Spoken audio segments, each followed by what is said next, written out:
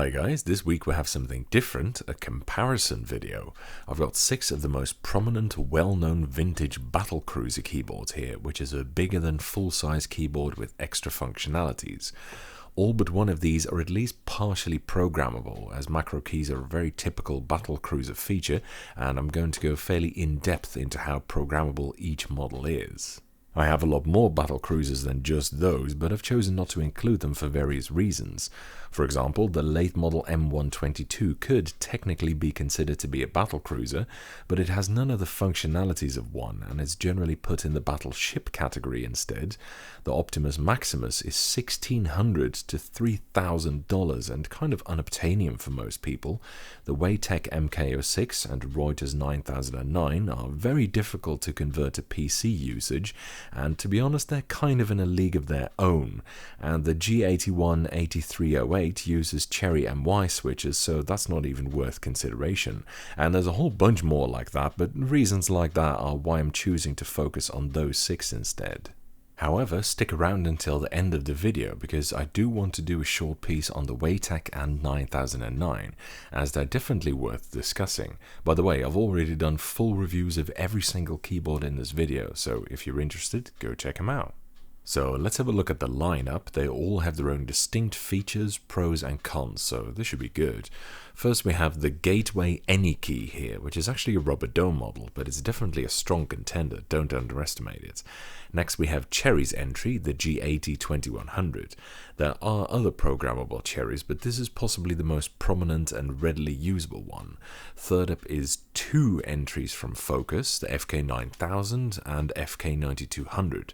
Focus is pretty much the company that should come to mind when you think of keyboards with features, and they have the most features of them all, but they also have some serious cons to which I'll get in a bit. Next is the Autech MCK142 Pro, the entry with the most buttons on it, and also the biggest model, and finally the Northgate OmniKey Ultra, which is the heavyweight among them. So now that we've had the dramatis personae of this review, let's look at the first, and I'd say one of the most important points, the switches. Now this is also one of the main reasons why I included both the FK9000 and the 9200, as they're really completely different boards right down to the switches. The FK9000 generally uses Alps clones, but sometimes genuine white Alps. The Autech generally came with genuine complicated Alps, but very late models came with SKBM white, aka simplified Alps, which aren't as good, and the Northgate always came with complicated white Alps as far as I know. There were late Northgates that came with simplified Alps too, but I think the Ultra model was discontinued before that time.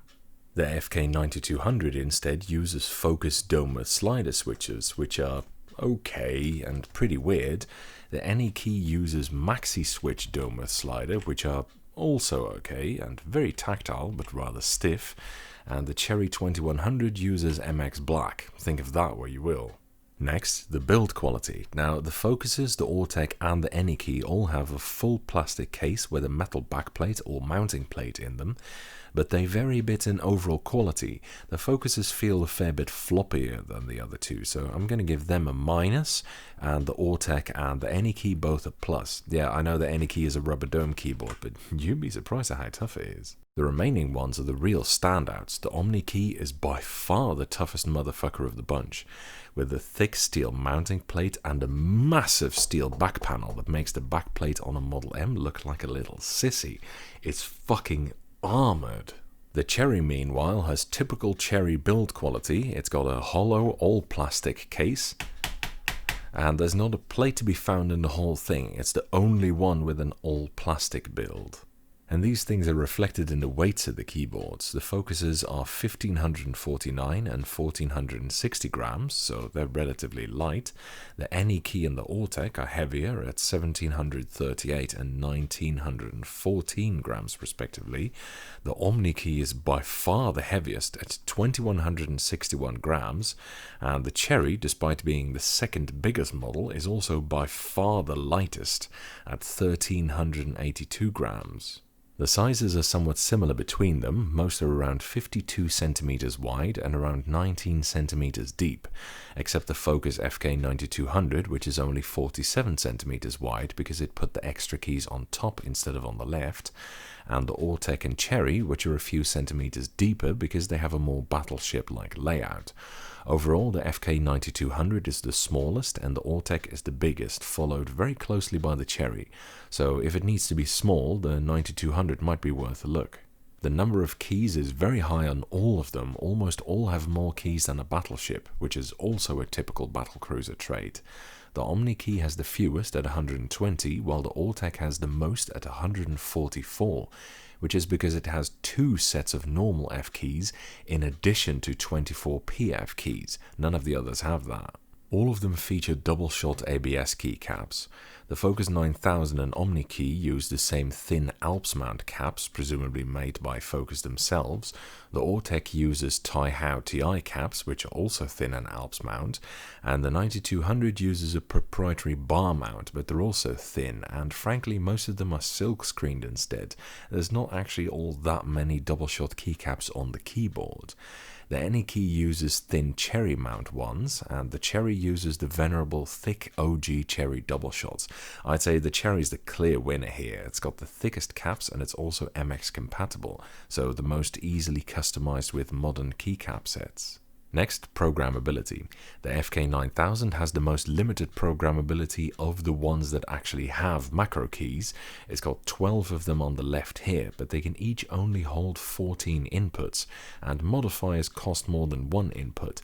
Now 14 is enough for simple inputs like part numbers or product codes, but not much more than that, so although you get 12 keys, you can't put too much in them. The 9200 has 12 macro keys too, but they put them horizontally rather than vertically, which I think is a bit better positioned, and they can hold 20 inputs per key, which is a lot better. That allows you to do a lot more with them. The Omni key has no programmability. The only thing are these SF keys at the top here, which can be set to be that F key plus any modifier. So you can bind this one to be Alt plus F1, for example. Not that useful, certainly the most limited of the bunch. For all intents and purposes, it's not a programmable keyboard. The Any key is the most extensively programmable of the bunch. It has 2 sets of F keys, one at the top and one at the left side, so you get a few keys you can use as dedicated macro keys, but in actuality the entire board is fully programmable, with the exception of the programming keys themselves and 1 or 2 essential keys. It has no set amount of inputs per key you can use, but rather a combined pool of 16 kilobits, which I think is 2048 inputs, which you're free to divide over the board as you see fit. Quite impressive. Also, you can do simple key remapping on it. The Ortec has as many as 24 macro keys at the top here, and they can each hold an impressive 320 inputs, which is pretty extraordinary. That's basically a small letter. So you can have template emails in this thing, for example. Nice! And having 24 macro keys doesn't hurt either. I should note though that programming this keyboard, as well as accessing the macros, is a lot more convoluted on this model than any of the others though. It's got this weird menu mode and program mode in addition to normal mode, and you need to keep toggling between them by pressing or double pressing this select key switch, which is really a stupid idea in my opinion. The MX2100 also has 24 macro keys, and what's more, you can program them across 10 different layers for a theoretical total of 240 macro keys. That's quite a lot. They have a collective pool of around 1,000 keystrokes rather than a set amount of inputs per key too. So that does mean that if you program every key on every layer, you're limited to around 4 inputs per key, which is very little, but to be honest, I think even the most hardcore macro users would struggle to fill up 240 macro keys. Next up are any other features the keyboards might have. The FK9000 comes with a repositionable card holder that you can put reminder strips in for your macros, which is quite handy, as well as an integrated calculator complete with calculator function keys on the numpad. Very useful and cool, although the screens on old FK9000s have a habit of being DOA. The FK9200 doesn't have the function strip holder of the FK9000, but it has just enough bezel at the top that you can put a small paper strip on it. It does come with an integrated trackball as well here, and it also has an integrated calculator, but it's better than the FK9000s as it can have more digits on the screen, appears to be much more robust, and it's got an extremely useful send key on it that allows you to export the contents of the calculator to the computer, which is a real godsend. I say this is the most feature-rich keyboard of the bunch. The Omni key is one of only 2 models that comes with N-key rollover, and it has a function for swapping the Control, Alt and Caps Lock keys around, which some Unix users would probably appreciate, and it can also be set to Dvorak, although I think you can just do that OS side nowadays. And it's also got an equals key on the numpad, which is quite useful for Excel users.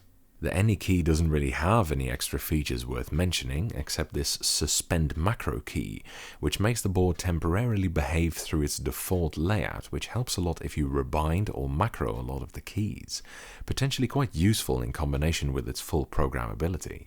The Ortec has some extra features, but none of them are especially useful, to be honest. It's the least feature enhanced of the bunch, other than in terms of programmability. The Cherry doesn't really have any other features either, but it does have N-key rollover, which can be useful for some users.